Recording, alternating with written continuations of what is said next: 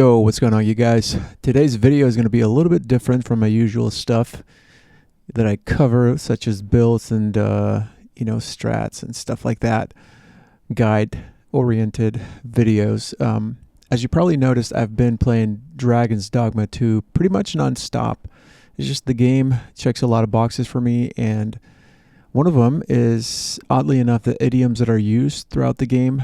I have a bit of a background in linguistics, and I happen to speak 3 languages as well. And so it's something that I'm always paying attention to.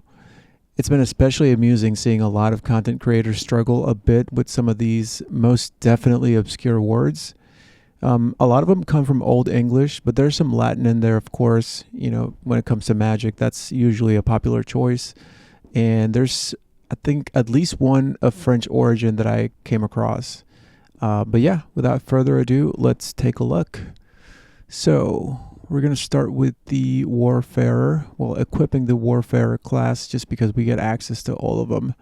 And then we can just knock them out like that. Let's see. Let's go with the vocations first. I mean, the weapon skills. Let's see. All of this.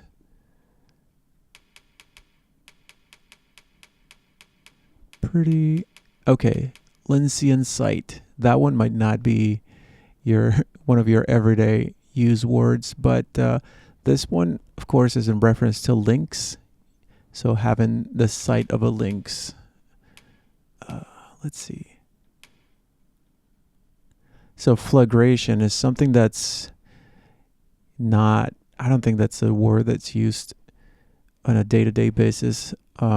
But yeah, you see this in a lot of times when it comes to something that's wrong or reprehensible.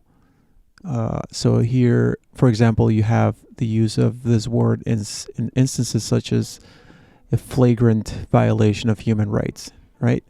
So levin is lightning or thunderbolts.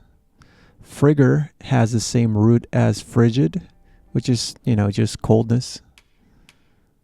Empyrean gets used a lot in fantasy, and I'm not sure that it's evident that what the root is, but Empyrean just means, you hear that in Elden Ring and a lot of video games as well as fantasy.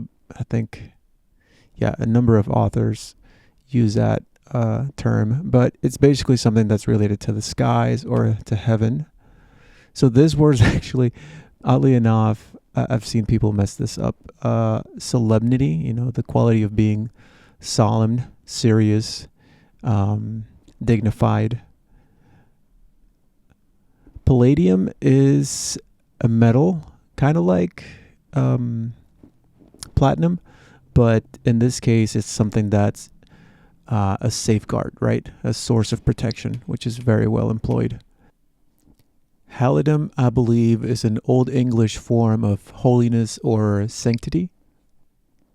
Celerity is the same root as acceleration, so just movement of speed, speed of movement. Sorry. Argent, succor. So succor is going to be one of those words that's not commonly, at least not as commonly used in American English, but you're going to see that more, at least more than what we use. We usually just use any sort of help or ale, but yeah, that's more used in the UK, I believe. But argent is a silvery white, like Argentina. That's the name of it. You're going to see a lot of stuff in Argentina comes from silver, I believe, because when the Spaniards came to Argentina, they that was one of the natural resources that they found throughout the land. So that became then the name, which is I'm not sure if I think it's Latin for silver, argent. So yeah. Let's see.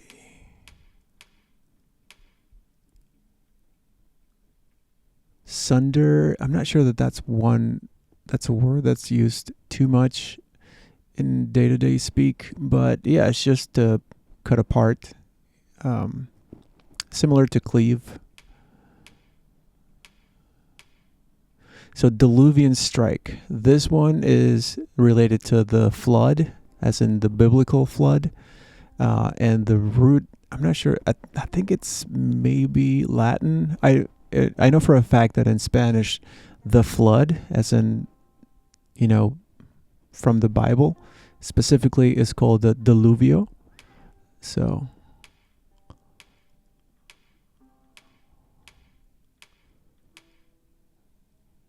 Hagel, again, it's like a Germanic form of hail.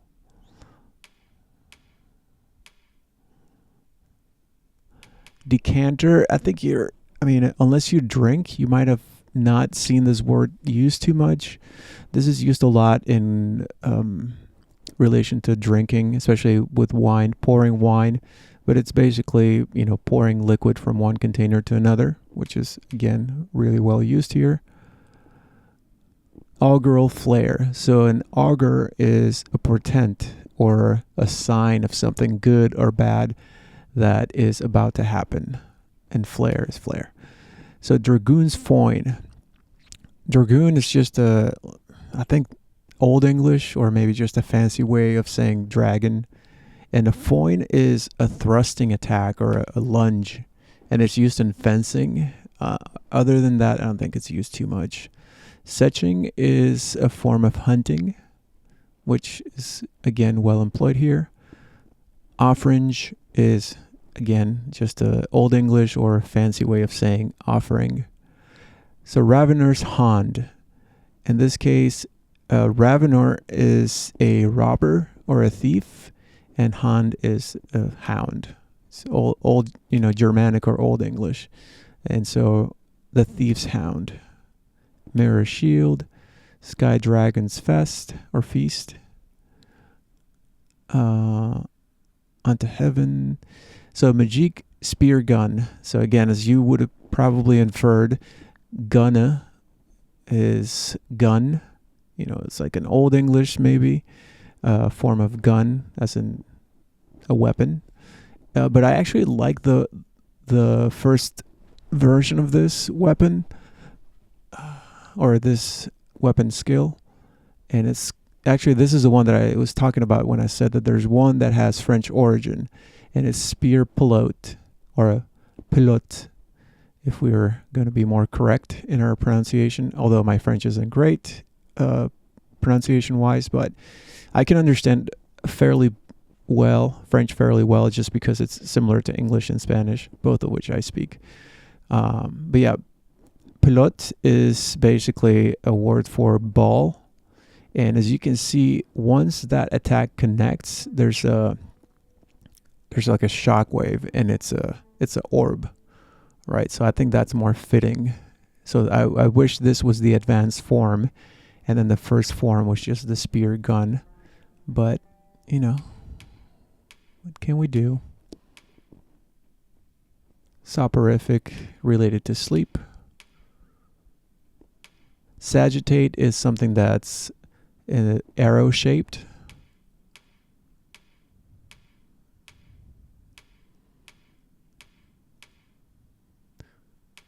Fragrant alarum. So alarum is Latin, and as you probably guessed, is just a fancy form of saying alarm. And that's it for the weapon skills. So I'm not sure that I went over the core skills. Like, a lot of these I kind of knew off the top of my head, and some of them I did look up. But as for the core skills, I didn't actually, because I didn't really notice anything that was too fancy sounding. Yeah, I think these are all pretty straightforward. Farine. So farine, I think it seems to me that it might have a Latin root, and I think it, like ferrum, as in iron. So iron bolt.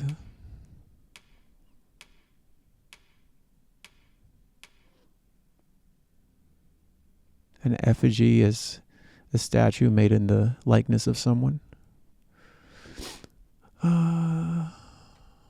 which is very fitting here. Okay, so let's take a look at the augments.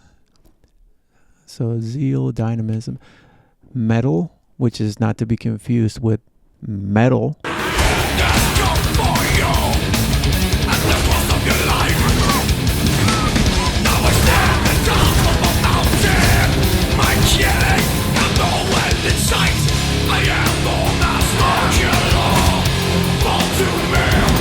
That's going to be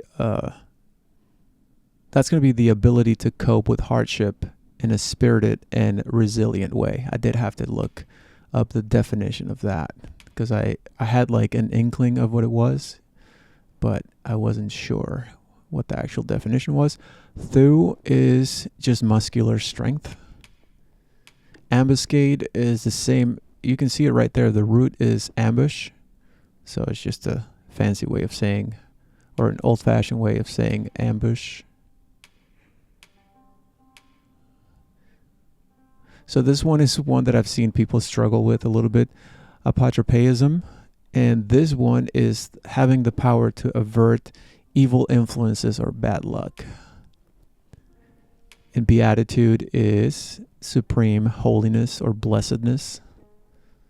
You see this used a lot with important holy figures, or really holy just holy figures, I think, prominent in general, like the Pope. It's one of the qualities that they're supposed to have.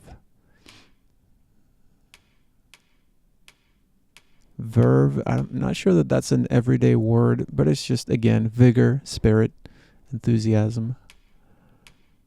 Pertinacity. So this is also one that you don't see often. It's just holding firmly to an opinion, or in this case, a course of action, which is very well fitting.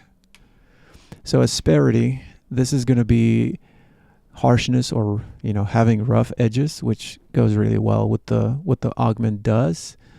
In Spanish, áspero means something that's rough. Maybe also could be used as abrasive as well, but yeah, it's just something that's rough, sort of like sandpaper.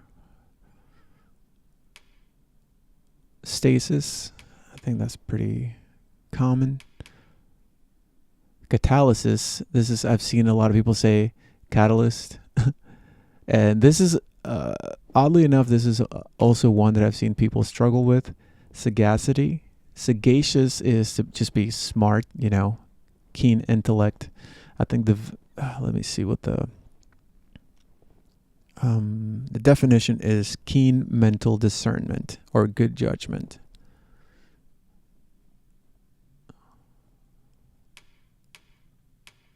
Yeah, I think that was... So amelioration, to ameliorate is to sort of